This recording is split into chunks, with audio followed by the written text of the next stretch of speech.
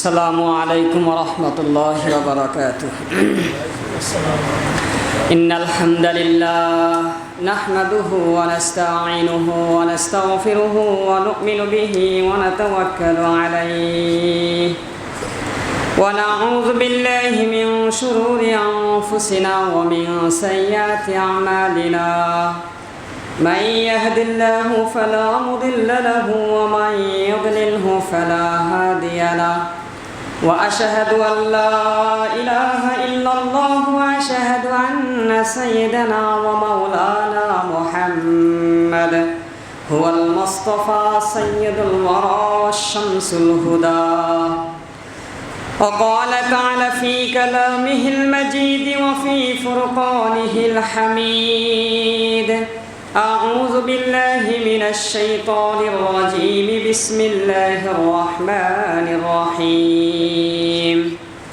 والذين هاجروا في سبيل الله ثم قتلوا أو ماتوا ليرزقنهم الله رزقا حسنا وإن الله لهو خير الرازقين. صدق الله المولانا العظيم. وقال رسول الله صلى الله عليه وسلم: ليس منا من ضرب الخدود وشق الجيوب ودعا بدعا الجاهلية أو كما قال عليه الصلاة والسلام. بارك الله لنا ولكم في القرآن العظيم ونفعنا وإياكم بالآيات والذكر الحكيم. اللهم صل على محمد وعلى آل محمد كما صليت على إبراهيم وعلى آل إبراهيم إنك حميد مجيد. اللهم بارك على محمد وعلى آل محمد كما باركت على إبراهيم وعلى آل إبراهيم إنك حميد مجيد. মুআজ্জাজ মুহতারাম উপস্থিত জুমার নামাজের সম্মানিত মুসল্লিয়ানে কেরাম, রব্বে কারিমের দরবারে লাখো কোটি শুকরিয়া আদায় করছি যে মহান আল্লাহ তাআলা আমাদেরকে প্রত্যেক সপ্তাহের ন্যায় দীর্ঘ একটি সপ্তাহ হায়াতে তয়্যিবা দান করেছেন, সুস্থতার সাথে সমস্তিষ্কে তার ইবাদত করার সুযোগ দান করেছেন।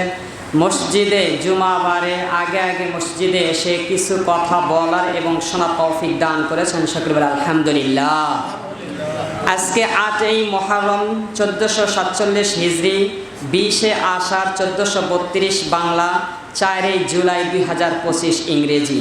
আজকে আমরা জিলহাজের দ্বিতীয় জুমায় আলোচনা করব চেপে রাখা কারবালার ইতিহাস ও আমাদের শিক্ষা।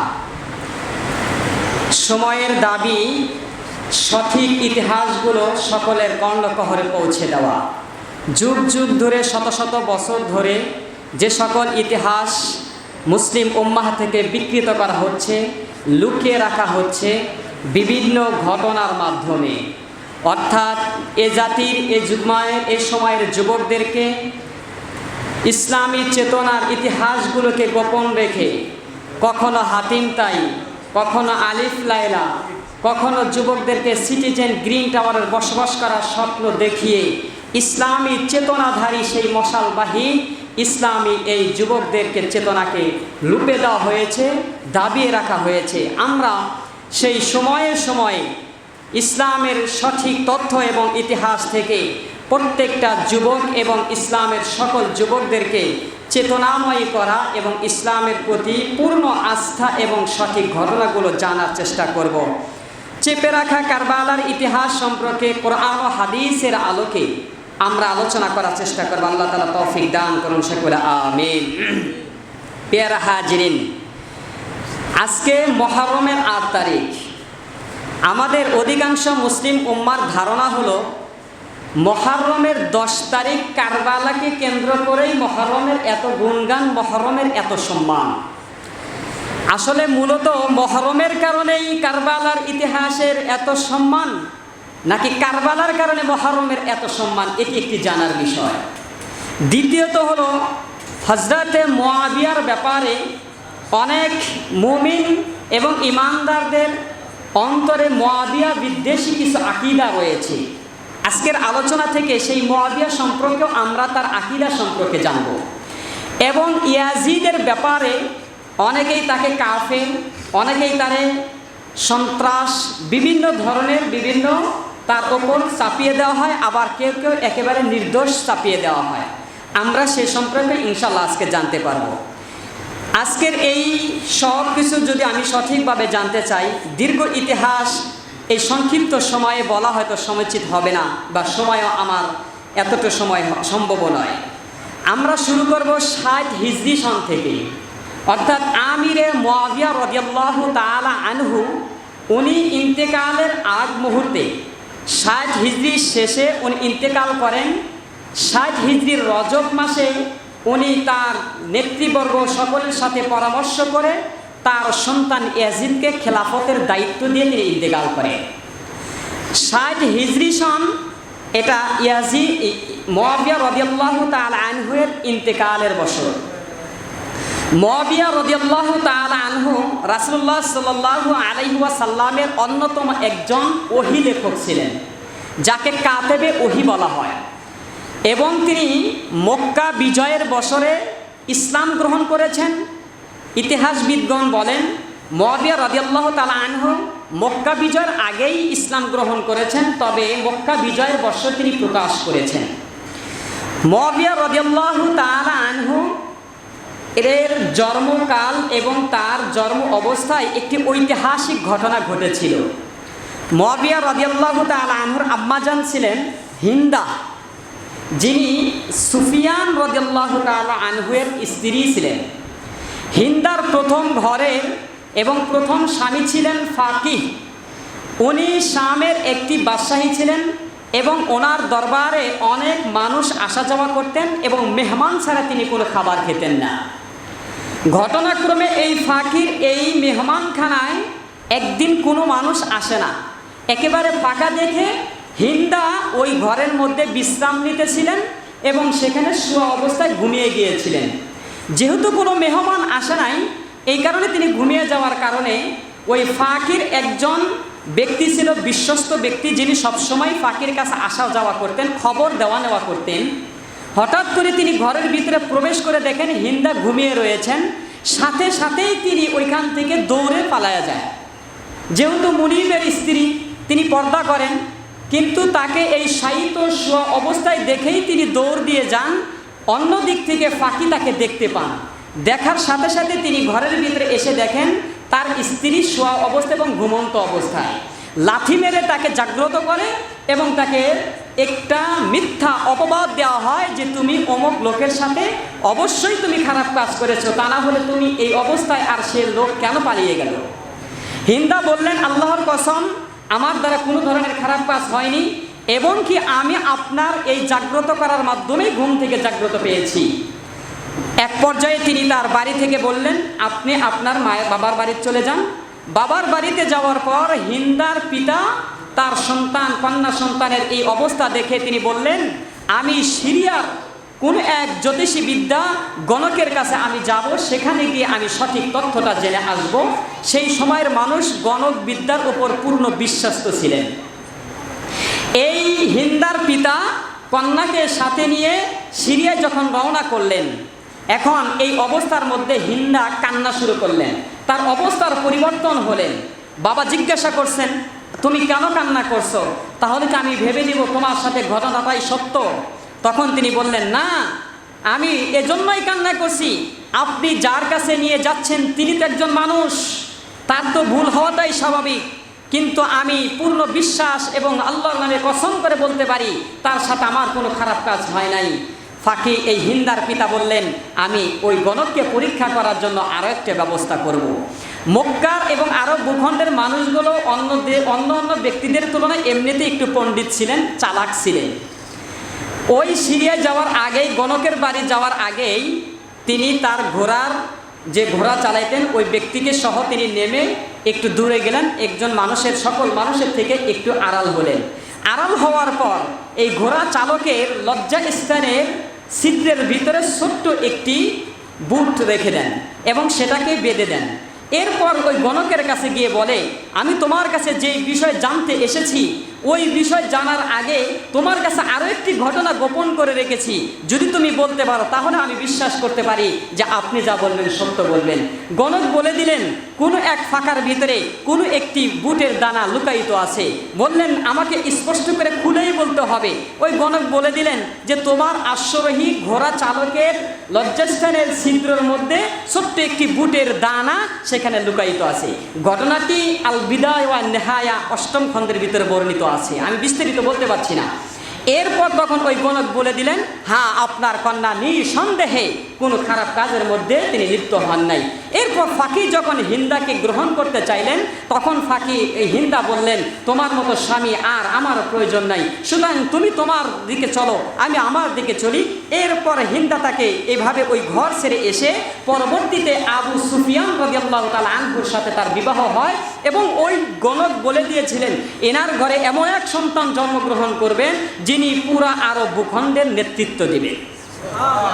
ইনি হলেন সেই মুআবিয়া রাদিয়াল্লাহু তাআলা আনহু। তিনি 60 হিজরিতে ইন্তেকাল করেন। 60 হিজরি ইন্তেকালের পূর্বে তার সন্তান ইয়াজিদকে খলিফার পরামর্শ করে খলিফার দায়িত্ব দিয়ে দেন। এই খলিফার দায়িত্বটা, খেলাফতের দায়িত্বটা মক্কা, মদিনা এবং কুফা এই 3 গোত্রের 3 এলাকার মানুষ এই নেতৃত্ব মেনে নেন নাই। ইয়াজিদের নেতৃত্ব মক্কা, মদিনা এবং কুফার লোকেরা মেনে নেননি। এজন্য নেননি, ইয়াজিদের রাজনৈতিক এবং দলগতভাবে বিচক্ষণতার বুদ্ধিমাত্রা ছিল, কিন্তু তার শাসন এবং তার দিনদারিত্বের ক্ষেত্রে কমতি থাকার কারণে এই 3 দলের এবং 3 জায়গার ব্যক্তিরা মেনে নেননি।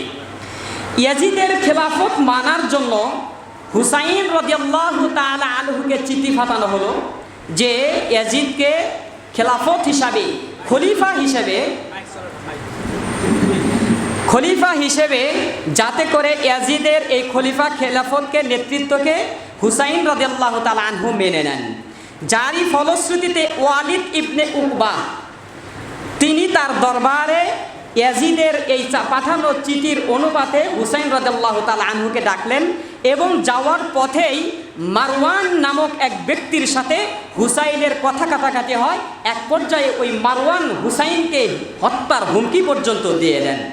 এরপর ওইখান থেকে ফিরে আসার পর কুফার লোকেরা দেখলেন ইয়াজিদ তো তার নেতৃত্ব ছাড়বে না, আর আমরা তো তার নেতৃত্ব মেনে নিব না, সুতরাং হুসাইন রাদিয়াল্লাহু তাআলা আনহুর যেহেতু দিনদারিত্ব এবং বিচক্ষণতা রয়েছে, ওনারা তার কাছে একটি পত্র লিখলেন। ইয়াজিদের এই পত্র খবর যখন ইয়াজিদ জানতে পারলেন হুসাইন রাদিয়াল্লাহু তাআলা আনহুকে কুফাবাসীরা খলিফা হিসাবে নিযুক্ত করছেন, তখন ইয়াজিদের ঘোষণা হলো যাতে করে হুসাইন রাদিয়াল্লাহু তাআলা আনহু কুফা নগরীতে প্রবেশ করতে না পারে তাকে যেভাবেই হোক বাধা দেওয়া হোক। ঘটনাটা বুঝবার চেষ্টা করবেন। আমি এজন্যই আস্তে আস্তে কথাটা বোঝার চেষ্টা করছি যে আমার ভিতরে, আপনার ভিতরে ইয়াজিদ এবং মুআবিয়া এবং এই হুসাইনের এই ঘটনার মধ্যে যে বিদ্বেষ রয়েছে যাতে আজকে আমাদের অন্তর থেকে ঝেড়ে মুছে যায়। ইয়াজিদের ঘোষণা ছিল হুসাইন যাতে কোনোভাবেই কুফাতে প্রবেশ করতে না পারে, কিন্তু নেতৃবর্গদের কিছু কিছু নেতা নেত্রী এরকমই থাকে, যদি সাহেব বলে আম আনতে, উনি বলেন মুসাহেবকে পুরা গাছটাই তুলে দিতে। সুতরাং রাষ্ট্রের পক্ষে এবং সেনাপ্রধান, রাষ্ট্রপ্রধানের পক্ষ থেকে ঘোষণা ছিল হুসাইনকে বাধা দেওয়া, কিন্তু ঘটনাক্রমে শির ইবনে জিলজাউশানের পূর্বেই তাকে বাধা দেওয়ার জন্য ওবাইদুল্লাহ হুর ইবনে ইয়াজিদকে নিযুক্ত করা হয়েছিলেন। ওবাইদুল্লাহ হুর ইবনে ইয়াজিদ তার সাথে যখন এই বাধা দিলেন, বাধা দেওয়ার পর তখন তিনি চেষ্টা করলেন এর পরবর্তীতে কাজ না হওয়ার দ্বারা শির ইবনে জিলজাউশান অর্থাৎ শিমার নামে আমরা যাকে চিনি তাকে পাঠানো হয়। এই তার মাধ্যমেই, তার নেতৃত্বের মধ্যেই হুসাইনের সমস্ত দলগুলোকে কব্জা করা হয় এবং সকলকে ঘেরাও করা হয়। কারবালা নামক এক জায়গার ভিতরে এই হুসাইনকে এবং তার সহসঙ্গী 32 জন ব্যক্তিকে যখন আটক করলেন, পরিতাপের বিষয় হলো হুসাইন রাদিয়াল্লাহু তাআলা আনহুর সংখ্যা ছিলেন একেবারে মাত্র কম। 72 জন সংখ্যার বিশ্বাসঘাতকদের সামনে যখন হুসাইন রাদিয়াল্লাহু তাআলা আনহুর সামনে যখন এই সকল ব্যক্তিরা পৌঁছে গেলেন, 72 জন নেতৃবর্গ নিয়ে হুসাইন রাদিয়াল্লাহু তাআলা আনহু এই বিশ্বাসঘাতকদের প্রচুর দিকে তিনি ঘেরাও করে গেলেন। পরিতাপের বিষয় হলো ৭২ জন প্রত্যেককেই তারা বিশ্বাসঘাতকতার সাথে শুধুমাত্র ইয়াজিদের ঘোষণা পেয়ে তারা হত্যা করে ফেললেন। সর্বশেষ যখন হুসাইন রাদিয়াল্লাহু তাআলা আনহুকে হত্যা করবেন, হুসাইন রাদিয়াল্লাহু তাআলা আনহু ডান দিকে তাকিয়ে দেখেন তার একজন আত্মীয় স্বজন জীবিত নাই। এই আরব ভূখণ্ডের এই কারবালা ইরাকের ময়দানে যারা এসেছিলেন সবাই রক্তাক্ত হয়েছেন। ছোট্ট শিশু ছিলেন ৮ বছরের, তাকেও হত্যা করা হয়েছে। শুধুমাত্র ৭২ জনের মধ্যেই একমাত্র হুসাইন রাদিয়াল্লাহু তাআলা আনহুই জীবিত। এবার হুসাইন রাদিয়াল্লাহু তাআলা আনহু বিশ্বাসঘাতকদের প্রতি অনুনয় বিনয় করে করুণা করে তিনটা আবেদন করলেন। হে ইয়াজিদের বাহিনী, আমাকে হত্যা করবে ঠিক আছে, কিন্তু আমি আমার এই অবস্থান থেকে, আমার এই জায়গা থেকে তোমাদের কাছে আমার 3টা আরজু হলো। আমার সর্বপ্রথম আমার ঘোষণা হলো, তোমরা আমাকে হত্যা করার পূর্বে, শহীদ করার পূর্বে আমি হুসাইনের কথা হলো আমাকে আবার মদিনায় ফিরে যাওয়ার সুযোগ করে দাও। আমি কথা দিলাম তোমাদের বিপক্ষে আর এখানে আসবো না। সুতরাং আমি যেই মদিনা থেকে এসেছিলাম আমাকে ওই মদিনায় যাওয়ার জন্য আবার সুযোগ করে দেওয়া হোক। যদি এতেও তোমরা রাজি না হও, আমি হুসাইনের পক্ষ থেকে দ্বিতীয় আবেদন হলো আমাকে এমন এক অমুসলিম ভূখণ্ডের মধ্যে পাঠিয়ে দিন যাতে এই আরব ভূখণ্ডের সীমানার বাহিরে আমি অবস্থান করি। তোমরা তোমাদের খেলাফত নিয়ে থাকো, আমি হুসাইন তোমাদের এই খেলাফতের দিকেও তাকাবো না। হুসাইনের দ্বিতীয় শর্ত ছিল অমুসলিম ভূখণ্ডে তাকে পাঠিয়ে দেওয়া হোক। 3 নাম্বার তার আবেদন ছিল, যদি এটাও তোমরা অসম্মতি জানাও তাহলে আমি তোমাদের কাছে আবেদন জানাই তোমাদের খলিফা ইয়াজিদের কাছে আমাকে জীবিত অবস্থায় তুমি নিয়ে যাও। এই 3টা আবেদন করলেন। 1 নাম্বার অনুরোধ ছিল আমাকে মদিনায় পাঠিয়ে দাও, যে তোমরা আমাকে মারলে মারো, এটাতে কোনো সমস্যা নাই, কিন্তু আবেদন হলো আমাকে মদিনায় পাঠিয়ে দাও, যেখান থেকে এসেছে আমি সেখানে চলে যেতে চাই। 2 নাম্বার হলো আমাকে অমুসলিম ভূখণ্ডে পাঠিয়ে দিন যাতে করে তোমাদের এখানে আর আমি না আসতে পারি। 3 নাম্বার হলো যদি হত্যা করতেই হয় তাহলে তোমাদের খলিফা ইয়াজিদের সামনে আমাকে নিয়ে সেখানেই তোমরা হত্যা করো। তারা কোনো কথাই শুনলেন না। হুসাইন রাদিয়াল্লাহু তাআলা আনহুর কোনো অনুরোধই তিনি শুনলেন না। খলিফার উপকৌঠন পাওয়ার জন্য, পুরস্কার পাওয়ার জন্য, পদ উন্নতি পাওয়ার জন্য, এমপি থেকে মন্ত্রী হবার জন্য, সাধারণ সৈন্য থেকে গভর্নর হবার জন্য শির ইবনে শির জওশান শিমার হুসাইনকে সেই কারবালার প্রান্তরে হত্যা করে ফেললেন। ওবাইদুল্লাহ ইবনে জিয়াদ এবং শির ইবনে শিমার এই 2 জনই ছিল মূল এই ৭২ জন হত্যাকাণ্ডের মূল হত্যাকারী। সুতরাং এর বাহিরে যাদেরকে হত্যাকারী সাব্যস্ত করতে চায় এটি হলো অন্য এবং অন্ধকার একটি ইতিহাস। এখন আমার জানার বিষয় হলো 61 হিজরিতে হুসাইন রাদিয়াল্লাহু তাআলা আনহু কারবালার প্রান্তরে ইন্তেকাল করলেন। শির ইবনে জিল জওশন শিমার এবং ওবাইদুল্লাহ ইবনে জিয়াদ এই 2 জন তাকে হত্যা করলেন। আমিরের পক্ষ থেকে শুধুমাত্র অনুমতি ছিল তাকে বাধা দেওয়া হোক, কিন্তু তাকে হত্যা করলেন এটা আমিরের অনুমতি ছিলেন না, যারই ফলশ্রুতিতে আমরা সামনে আলোচনা করছি।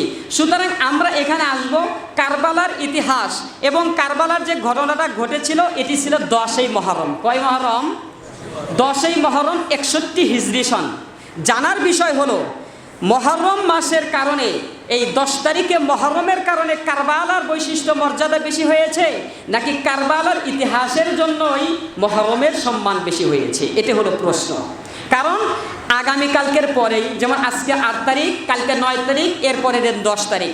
10 তারিখ হওয়ার সাথে সাথেই বিভিন্ন প্রান্তরে, দেশের বিভিন্ন জায়গাতে এবং পৃথিবীর আনাচে কানাচে, ইরানের বিভিন্ন জায়গাতে শিয়া এবং খারেজি সম্প্রদায়ের এত আনন্দ উল্লাস আর এত বিলাপ, এত মিলাদ, এত দুয়ার আয়োজন, এত নিজেকে রক্তাক্ত করা যাতে করে বোঝা যায় এবং তারা জাতিকে বোঝায় এই কারবালার ইতিহাসের কারণেই মহরম সম্মানিত হয়েছে। আমার কথা সহজভাবে বুঝুন। কারবালার ইতিহাস হয়েছে 61 হিজরিতে। কত হিজরিতে? 61 হিজরিতে। নবী আরবি সাল্লাল্লাহু আলাইহি ওয়াসাল্লাম ইন্তেকাল করেছেন 11 হিজরিতে। তার মানে মাঝখানে 50 বছরের গ্যাপ। কত বছরের গ্যাপ? 50 বছরের গ্যাপ। গত জুমায় আলোচনা করেছি মহরম সম্মানিত হয়েছে রাসূলুল্লাহ সাল্লাল্লাহু আলাইহি সাল্লামের রোজার হুকুমের মাধ্যমে। রোজার কারণে মহরম সম্মানিত হয়েছে। এবার আপনারা কথা বুঝে থাকলে বলুন, নবী আরবি সাল্লাল্লাহু আলাইহি সাল্লাম মহরমের সম্মানের কথা বলেছেন কত হিজরিতে? 11 হিজরিতে। কত হিজরিতে? 11 হিজরিতে, আর কারবালার ঘটনা ঘটেছে 61 হিজরিতে। মাঝখানে 50 বছর কি এই মহরম সম্মানিত ছাড়া ছিলেন না। বরং ইতিহাস এটাই বলে যে মহরমের এই দিনে কারবালার ঘটনা ঘটার কারণে কারবালার এই ঘটনা এত সম্মানিত হয়েছে, মানুষের কাছে কাছে এত প্রিয় হয়েছে, মুমিনের অন্তরে এখনো কারবালার চেতনা রয়েছে। সুতরাং কারবালার কারণে মহরম সম্মানিত হননি, বরং মহরমের এই দিনে কারবালার ঘটনা ঘটার কারণে কারবালার ঘটনা এত মর্যাদা, এত চেতনাময় ইমানের অন্তরে জায়গা পেয়েছে। কথা ঠিক? যে কথাটা বলতে চাচ্ছিলাম, ওই যে হুসাইন রাদিয়াল্লাহু তাআলা আনহুর যে দুইজন হত্যাকারী, দুইজন সেনানায়ক ছিলেন, একজন ছিলেন শিমার, আরেকজন ছিলেন ওবাইদুল্লাহ ইবনে জিয়াদ। এই দুইজনে ছিল শিয়া সম্প্রদায়। কোন সম্প্রদায়ের?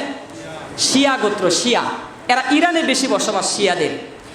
এই খারিজি এবং শিয়াদের এই নিজেদের দোষ গোপন করার জন্যে, নিজেরা যে হত্যাকারী এটা দোষ গোপন করার জন্যে হুসাইনের মৃত্যুকে এবং এই কারবালার ঘটনাকে কেন্দ্র করে তারা এই দিনকে চেপে রাখার কারণে বিভিন্ন ধরনের বিলাপ, বিভিন্ন ধরনের কান্নাকাটি, কুসংস্কার দিয়ে ভরে রাখেন। এতে করে আমরা কেমনে বুঝবো? আব্দুল্লাহ ইবনে ওমর রাদিয়াল্লাহু তাআলা আনহুর নিকট এক খারেজি সম্প্রদায়ের এবং শিয়া সম্প্রদায়ের এক ব্যক্তি নিজেকে সাধু সাজবার জন্য এসে প্রশ্ন করলেন, হে আব্দুল্লাহ ইবনে ওমর, আপনার কাছে আমরা মশা মারার এবং মশার রক্ত সম্পর্কে মাসালা জানতে চাই। দেখেন নিজেকে কতটা পরহেজগার ভাবতেছে। মশা মারা এটা মাসালা জানতে চাচ্ছে যে মশা মারলে, মশার রক্তক্ষরণ করলে এতে করে গুনাহ হবে কি না হবে। আব্দুল্লাহ ইবনে ওমর রাদিয়াল্লাহু তাআলা আনহু ওনার প্রশ্নের জবাবে বললেন, মশা মারার রক্তের মাসালা না জেনে মানুষ মারার রক্তের মাসালাটা আগে জানো। ওই খারেজি সম্প্রদায় ওই দুই ব্যক্তি একেবারে চুপ হয়ে গেলেন। তিনি বুঝলেন, তারা বুঝলেন যে আব্দুল্লাহ ইবনে ওমর রাদিয়াল্লাহু তাআলা আনহু আমাকে কোন জিনিস বুঝাইতে চাচ্ছেন। আমি মশা মারার কথা জানতে চাচ্ছি, তিনি মানুষ মারা রক্তের কথা জানাতে এ কথাই বোঝাতে চেয়েছেন। মশা মারার কথা বলে যতই আমি সুফি সাধক সাজি না কেন, আমরা যে হুসাইন রাদিয়াল্লাহু তাআলা আনহুকে হত্যা করেছি এটা আব্দুল্লাহ ইবনে ওমরও নিজেই মনে মনে ভালোভাবেই জানে। আমাদের সমাজেও বহু মানুষ এমন আছে, দেখবেন জায়গাতে জায়গাতে হঠাৎ হঠাৎ জিজ্ঞাসা করবে তাহাজ্জুদের নামাজ কত রাকাত, তাহাজ্জুদের নামাজের নিয়ম কি, নফল নামাজ কোন দিন কি, মুহররমের রোজা কবে, অমুক রোজা কবে, কিন্তু ফরজ নামাজের দ্বারে কাছেও নাই। আছে না এরকম ব্যক্তি? কোন তাসবিহ কেমনে পড়তে হবে, কোন নফল নামাজে কোন সূরা কিভাবে পড়তে হবে, এগুলো খুব ভালোভাবেই দরবেশি পরহেজগারি স্বভাব নিয়ে মানুষের মধ্যে প্রশ্ন করে এবং আলাপ আলোচনা করে। খোঁজ নিয়ে দেখেন ফজর জোহরে কোনো ওয়াক্ত তাকে মসজিদের মধ্যে পাওয়া যায় না।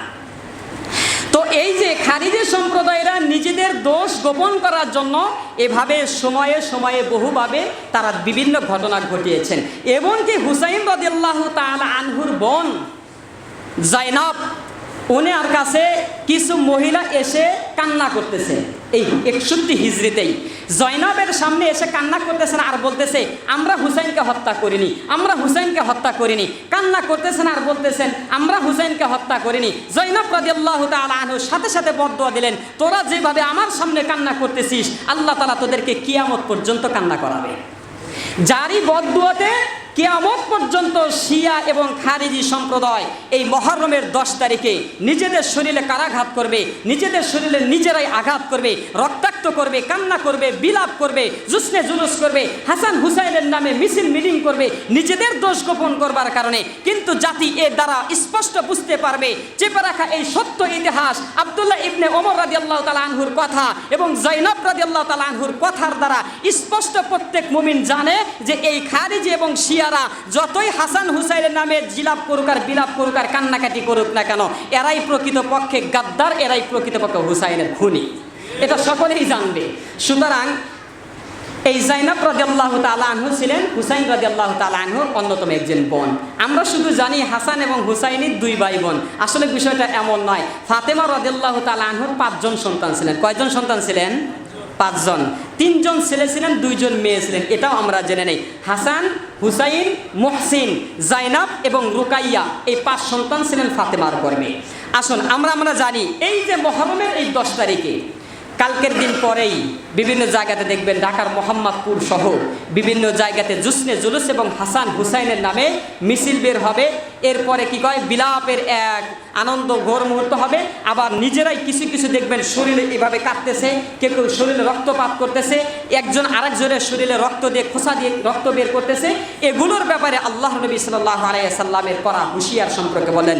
আল্লাহ নবী এদের ব্যাপারে বলছেন, লাইসা মিন্না মান দারাবাল খুদুদ ওয়া শাক্কাল জুয়ুবা ওয়া দাআ বিদাওয়াল জাহিলিয়া। আল্লাহ নবী সাল্লাল্লাহু আলাইহি ওয়াসাল্লাম এই সকল ব্যক্তিদের সম্পর্কে বললেন, লাইসা মিন্না, তারা আমার দলের অন্তর্ভুক্ত না।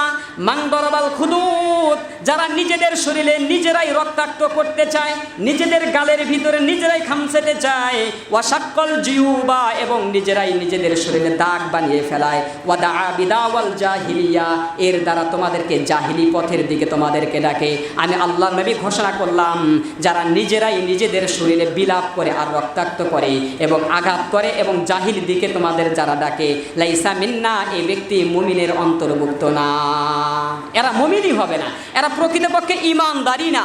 সুতরাং এই শিয়াদের মধ্য থেকে যারা এই ধরনের কাজ করছে, আমরা এই ধোকায় পড়ব না।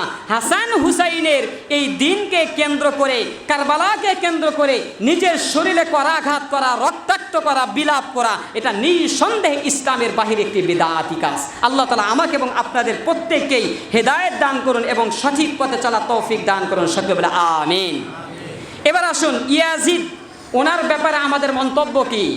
ইয়াজিদ তো ওই সময় খলিফা ছিলেন। শিমার এবং ওবায়দুল্লাহ তো তার নেতৃত্বে তাকে হত্যা করেছেন। ইয়াজিদের ব্যাপারে আমাদের আকীদা কি হবে? ইয়াজিদের ব্যাপারে আমাদের বিশ্বাস এবং আমাদের কোন আকীদায় সহি হবে?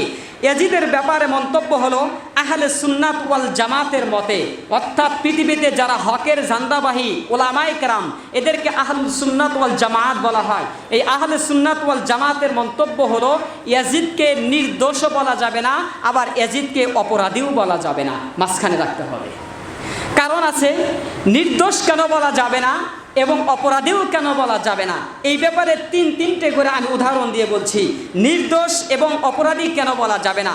অপরাধ এজন্যই বলা যাবে না, হুসাইন রাদিয়াল্লাহু তাআলা আনহুর মাথা যখন দ্বিখণ্ডিত করে যখন এই ইয়াজিদের সামনে রাখা হয়েছিলেন, তখন ইয়াজিদের এই চক্ষু দিয়ে ওই হুসাইনের ওই মাথা দেখে চকবক করে চোখ দিয়ে পানি পড়ছিলেন।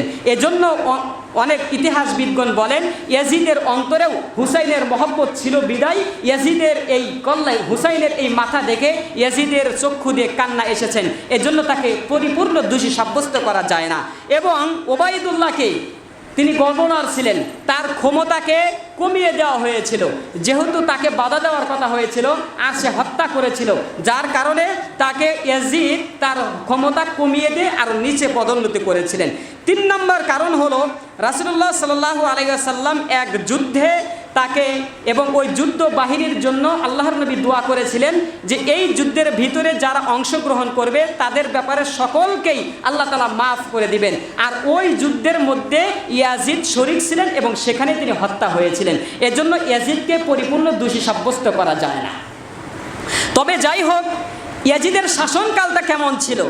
ইয়াজিদ এইভাবে যেভাবেই হোক না কেন, হুসাইন রাদিয়াল্লাহু তাআলা আনহুর ইন্তেকালের পর যখন ইয়াজিদি বাহিনী এই হকের ঝান্ডাকে সমুন্নত করবার এই হুসাইনি বাহিনীকে হটিয়ে দিলেন, তাদের ক্ষমতা বিস্তার করতে লাগলেন। ইতিহাসবিদগণ এই ইয়াজিদি বাহিনীর ক্ষমতা সম্পর্কে লেখেন, স্বৈরাচারী শাসক হিসেবে আরব ভূখণ্ডের মধ্যে ইয়াজিদি বাহিনী ছিল অনন্য নজিরবিহীন এক বাহিনী। ইতিহাসবিদগণ লেখেন, ইয়াজিদি বাহিনী যখন এভাবে হুসাইন রাদিয়াল্লাহু তাআলা আনহুর হকের জান্দাবাহী সমন্বিত এই দলকে ক্ষতবিক্ষত করে ৭২ জনের শহীদি কাফেলাকে একেবারে শেষ করে দিয়ে তিনি যখন ক্ষমতায় বসলেন, এই ক্ষমতার মুসনাদ, এই স্বৈরাচারী জালেমের মুসনাদ বেশি দিন টেকে নাই। মাত্র 4 বছরের মাথায় সাকাফি নামক এক ব্যক্তির বাহিনীর হাতে ইয়াজিদের প্রত্যেকটা ব্যক্তিগুলো হত্যা হয়েছে, নির্মমভাবে, লাঞ্ছিতভাবে, অপদস্থভাবে ইয়াজিদের পরাজয় হয়েছিল। কেন এটা হয়েছিল? ইয়াজিদের শাসন তো সাধারণ কোনো শাসক ছিলেন না, তাফসীর ইবনে কাসির রাহিমাহুল্লাহ আল বিদায়া ওয়ান নিহায়া কিতাবের মধ্যে এই ইয়াজিদের শাসন ক্ষমতা সম্পর্কে বলেন 63 হিজরি সনে এই ইয়াজিদি বাহিনী মদিনার ভিতরে আক্রমণ করেছিলেন। জালালাইনের এই তাফসীর ইবনে কাসিরের লেখক আল বিদায়া ওয়ান নিহায়া কিতাবের মধ্যে তিনি এভাবে উল্লেখ করেছেন 63 হিজরিতে মদিনার ভিতরে তিনি হারার নামক এক যুদ্ধে তিনি রূপান্তরিত করেছিলেন। উনি বলেন দাখালা আহলুশ শামিল মাদিনাতা ইয়াউমুল আরবাআতি সালাসাতুন বিয়াকিনা মিনাল জিলহজ্জি। উনি বলতেছেন তাফসীরে ইবনে কাসিরের লেখক আল বিদায়া ওয়ান নিহায়া কিতাবের মধ্যে লেখেন যে জাহিলি যুগের এই মদিনার মধ্যে হারার নামক যুদ্ধটা কিভাবে ঘোষণা, ইয়াজিদি বাহিনী এই মদিনার মধ্যে আক্রমণ করে বহু সাহাবীকে হত্যা করেছেন, বহু তাবেকে হত্যা করেছেন এবং বাহিনাল মাদিনাতা সালাসিন আইয়াম 3 দিন পর্যন্ত এই মদিনার মধ্যে ইয়াজিদি বাহিনী ঘরে ঘরে ঢুকে ঢুকে লুটপাট করেছিলেন, সন্ত্রাসী করেছিলেন, সকল ধরনের অর্থ সম্পদ লুটে নিয়েছিলেন। অন্য বর্ণনার মধ্যে বিদায়া ওয়ান নিহায়া কিতাবের মধ্যে লেখেন এই ইয়াজিদি বাহিনী যখন মদিনার মধ্যে হামলা করেন জামা বাদুহুম আন্নাহু ওয়া লিহাযা ফি তিলকা আইয়ামিন আলফিন ইমরাতুন। এই ইতিহাসের এই আল বিদায়া ওয়ান নিহায়া কিতাবের মধ্যে উল্লেখ রয়েছেন জামা বাদুহুম লিআন্নাহু এই ইয়াজিদি বাহিনী মদিনার মধ্যে যখন হামলা করেছিলেন এমত অবস্থার মধ্যে ওয়ালাদুন ফি হাযিহি তিলকা আলফুন ইমরাতুন প্রায় 1000-এর মতো নারীদের গর্ভে এমন সন্তান জন্মগ্রহণ করেছিল লা ইয়ারিফু লাহুন্না আবাহু, যে সকল সন্তানের পিতার পরিচয় পাওয়া যায় না। সুতরাং 3 দিন এমনভাবে মদিনার মধ্যে ইয়াজিদি বাহিনী হামলা করেছিলেন 1000-এরও অধিক বা 1000-এর মতো নারীদেরকে নির্মমভাবে ধর্ষণ করে করে হামলা করেছিলেন, সন্তান জন্ম দিয়েছিলেন।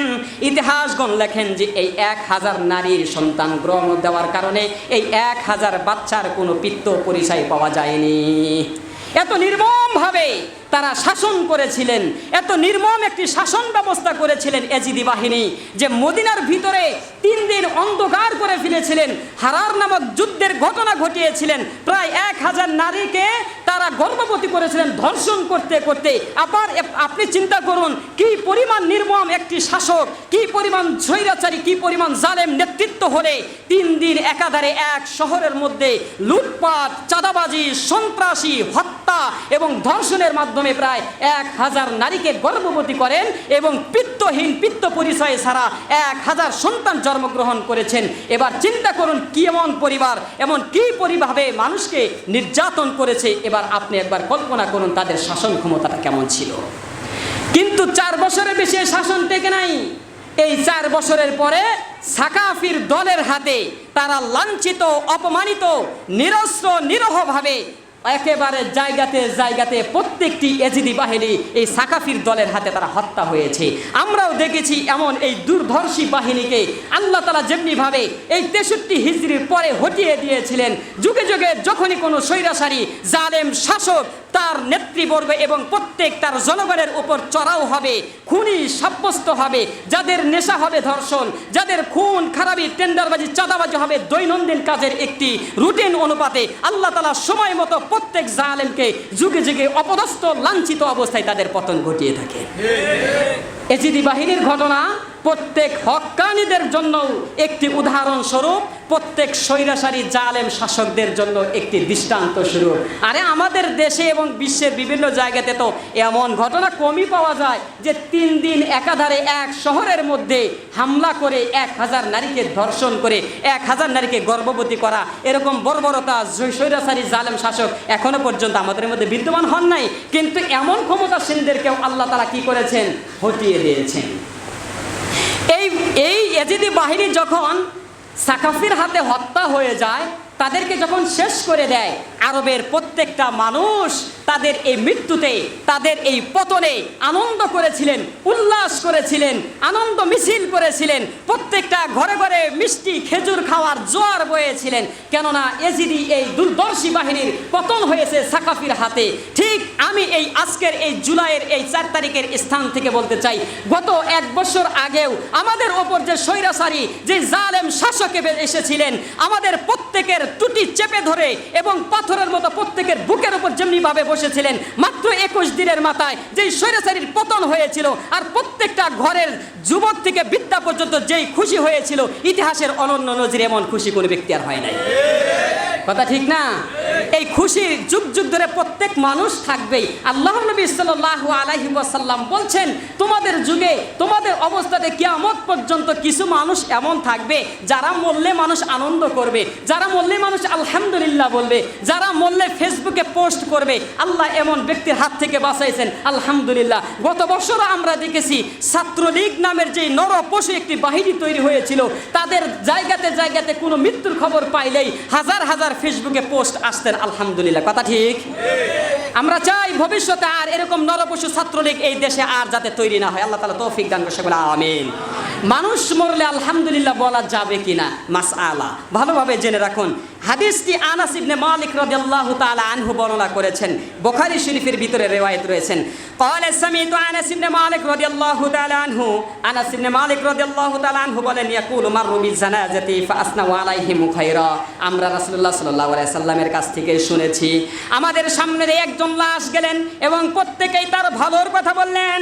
ফাকাল নবী সাল্লাল্লাহু আলাইহি ওয়াসাল্লাম ফাওয়াজাবাত, রাসূল বললেন ফাওয়াজাবাত, এই শব্দ বললেন। এর পরবর্তীতে সুম্মা মাররু বিল উখরা ফাআসনাইহুম বিল জানাজাতি, দ্বিতীয় আরেকটি লাশ আমাদের সামনে দিয়ে গেলেন এবং সকলেই বললেন ফাআলাইহা শাররান, এটা অনেক খারাপ। আল্লাহ নবী সাল্লাল্লাহু আলাইহি সাল্লাম বলেন ফাকালা ফাওয়াজাবাত, এই ব্যক্তির জন্য ওয়াজাবাত বললেন।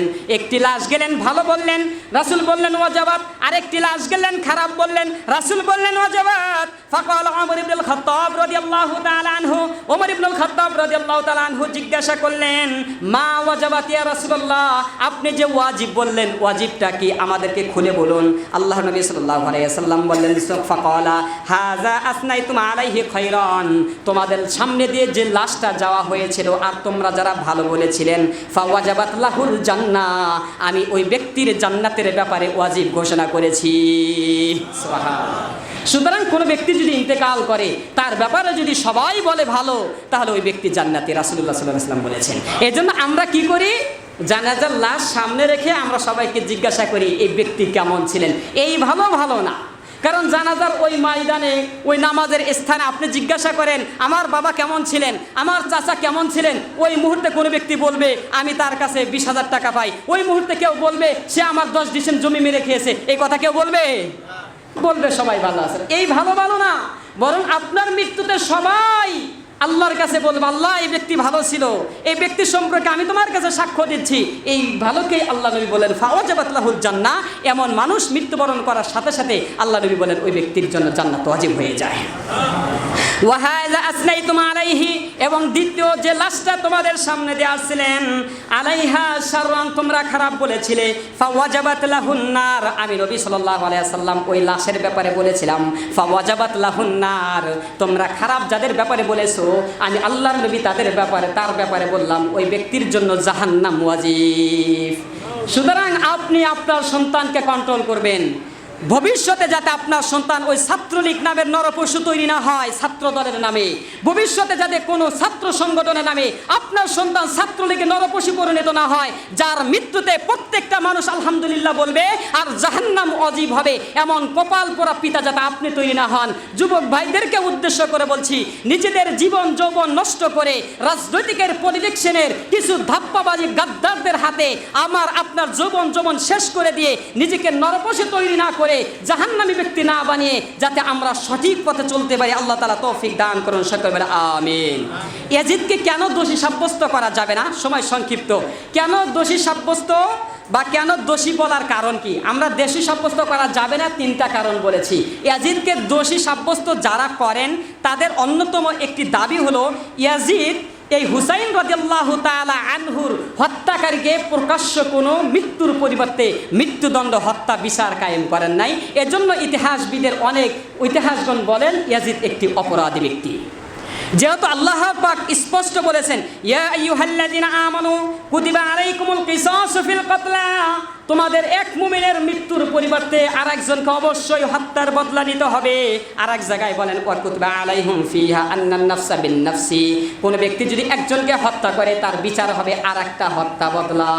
আসিন্না বিসিন্নি ওয়াল জুরুহা কিসাস, দাঁতের বদলে দাঁত, থাপ্পড়ের বদলে থাপ্পড়, হত্যার বদলে হত্যা। সুতরাং ইয়াজিদ যেহেতু হত্যার কাণ্ডের বিপরীতে হত্যার বিচার করেন নাই, এই জন্য ইয়াজিদকে তারা দোষী সাব্যস্ত করতে চায়।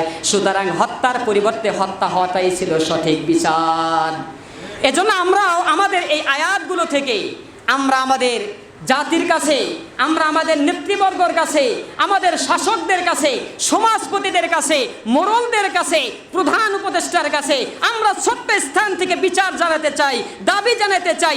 24-এর যে সকল নিরস্ত্র ছাত্র জনতাকে রাস্তায় পিটিয়ে পিটিয়ে বুলেটের আঘাতে যাদেরকে হত্যা করা হয়েছে, এ সকল খুনি নরপশুদেরকে সঠিক বিস্তার, সঠিক বিচার এবং হত্যার পরিবর্তে হত্যার বিচারের দায় যদি সাব্যস্ত না করতে চান, এই কারবালার ইতিহাস থেকে জাতি আপনাকেও দোষী এবং আপনাকেও অপরাধী বলতে বাধ্য হবে। কারণ আপনি কেন খুনিকে খুনির বিচার করতে এত তালবাহানা করছেন, এত দেরি করছেন? যারা হত্যা করেছে স্পষ্ট বলেছে আল কিসাস ফিল কিসাস, তার পরিবর্তে হত্যা করে দাও। আন্নান নাফসা বিন নাফসি, তিনি তোমার নফস নিয়েছে, জীবন নিয়েছে, তার জীবন উড়িয়ে দাও। সুতরাং এটা শাসকের কাজ। আমরা দোয়া করি যাতে করে এই প্রত্যেক নিরহ নিরস্ত্র ছাত্র জনতার প্রত্যেক বিচারক খুনিদের দৃষ্টান্তমূলক শাস্তি আমরা আমাদের হায়াতের জিন্দেগি দেখে যেতে পারে। আল্লাহ তাআলা তৌফিক দান করুন, আমিন। বলবেন হুজুর সব কথাই 24-এ বিরোধী আন্দোলন, ছাত্র আন্দোলন নিয়ে আসেন, এতে তো কোনো ফায়দা দেখছি না। আগেও যেভাবে দেশ চলছে এখনো ওইভাবে স্বৈরতন্ত্র চলছে। আমি বলবো হ্যাঁ, যদিও আপনাদের দৃষ্টিতে ফায়দা হোক বা না হোক, আমি অন্তত আমার ক্ষুদ্র জ্ঞানে আমি অন্তত মনে করি একটা হলেও কোনো ছোট্ট হলেও ফায়দা হয়েছে। আপনারা কি বলেন? ফায়দা হয়েছে? আর রাজনৈতিক অর্থনৈতিক কোনো কিছুই যদি ফায়দা না হয়, এই কথা চিরন্তন সত্য যে 4 আগস্টের মাধ্যমে এই বাংলাদেশের এক অভিশপ্ত নারী নেতৃত্বের দাফন হয়েছে। কথা ঠিক? কথা বুঝছেন এবার?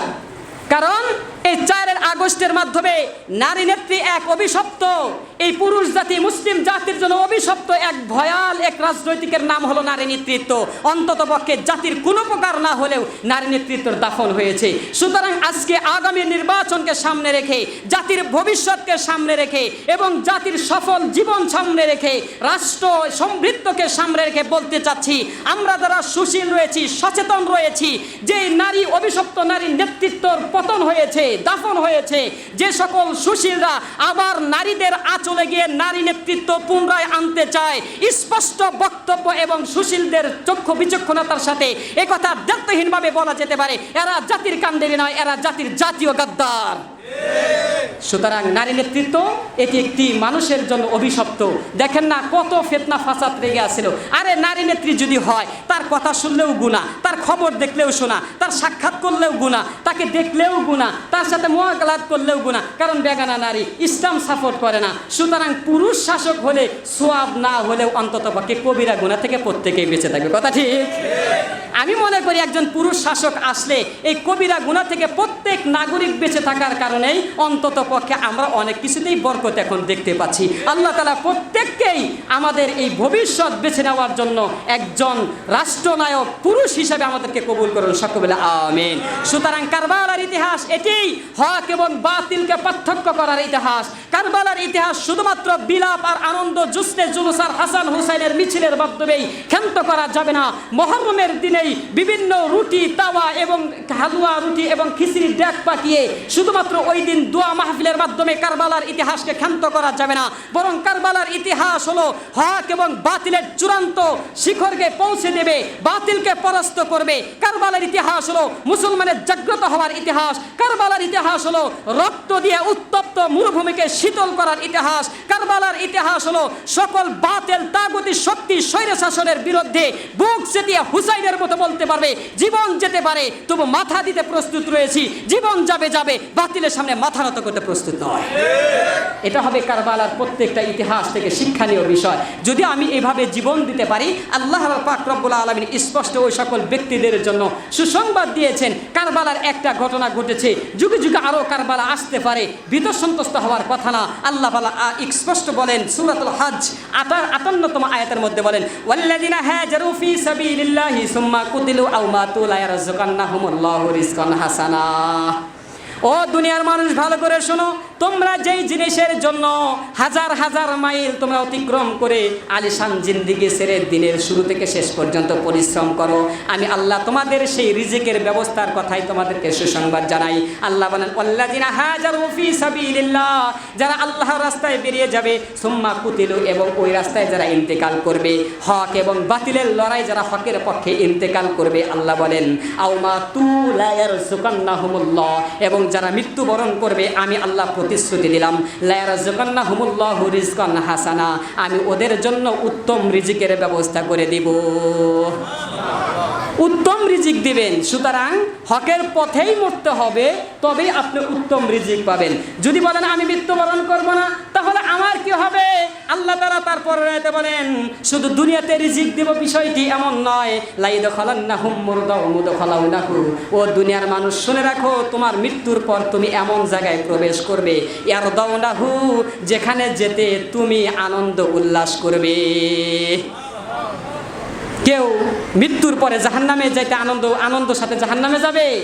তার মানে বোঝা যায় মুদখলা ইয়ারদাউনাহু, আমি তোমাকে এমন জায়গায় প্রবেশ করাবো যেখানে তুমি আনন্দ চিত্তে প্রবেশ করতে চাবে। মানে নিঃসন্দেহে একজন মানুষ মৃত্যুর পর জান্নাতে যাওয়ার জন্য আনন্দ উল্লাস করবে, আল্লাহ বলেন আমি তোকে জান্নাতে প্রবেশ করাই দেব।